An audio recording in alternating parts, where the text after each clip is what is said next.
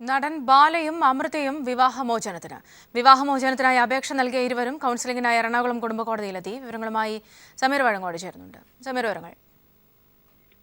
ബാലയും അമൃതയും വേർപിരിയുന്നതിനായി നേരത്തെ നവമാധ്യമങ്ങളിൽ തന്നെ വാർത്ത പ്രചരിച്ചിരുന്നു. എന്നാൽ ആദ്യഘട്ടത്തിൽ ഇതിനോട് രണ്ടുപേരും മുഖം തിരിക്കുകയാണ് ചെയ്തത്. എന്നാൽ പിന്നീട് ബാല തന്നെ ഇക്കാര്യം സ്ഥിരീകരിച്ചിരുന്നു. എന്നാൽ അമൃത പറഞ്ഞിരുന്നത് ബാലയുമായി പറഞ്ഞു തീർക്കാവുന്ന പ്രശ്നങ്ങൾ മാത്രമാണ് എന്നായിരുന്നു.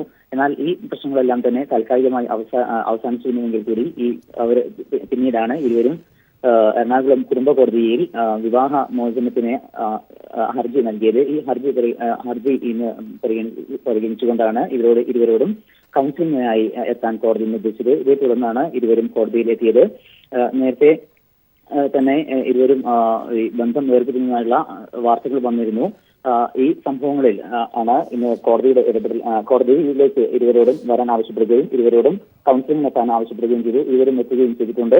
2010 ബാലയും അമൃതയും വിവാഹിതരായത്. 7 നാളത്തെ പ്രണയത്തിനൊടുവിലായിരുന്നു ഇവരുടെ ബന്ധം. തമിഴ് ഡോക്യുമെന്ററി സംവിധായകനായ ജയനന്ദന്റെയും ചെന്താമരയുടെയും മകനാണ് ബാല.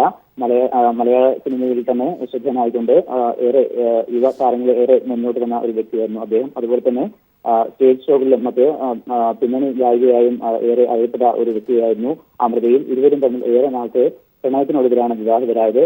എന്നാൽ ഇരുവരും തമ്മിൽ പിരിയാനുള്ള ഒരു തീരുമാനമാണ് എടുത്തിരിക്കുന്നത്. എന്നാൽ എന്താണ് ഇതിന്റെ കാരണം എന്നുള്ള കാര്യം ഈ രണ്ടുപേരും വ്യക്തമാക്കുന്നില്ല. ഏതായാലും ഇരുവരോടും കൗൺസിലിംഗിനായി എത്താൻ കോടതി ആവശ്യപ്പെട്ടത് തുടർന്നാണ് ഇന്ന് എറണാകുളത്തെ കുടുംബ കോടതിയിൽ ഇരുവരും എത്തിയത്. സമീറാണ് വിവരങ്ങൾ നൽകിയത്.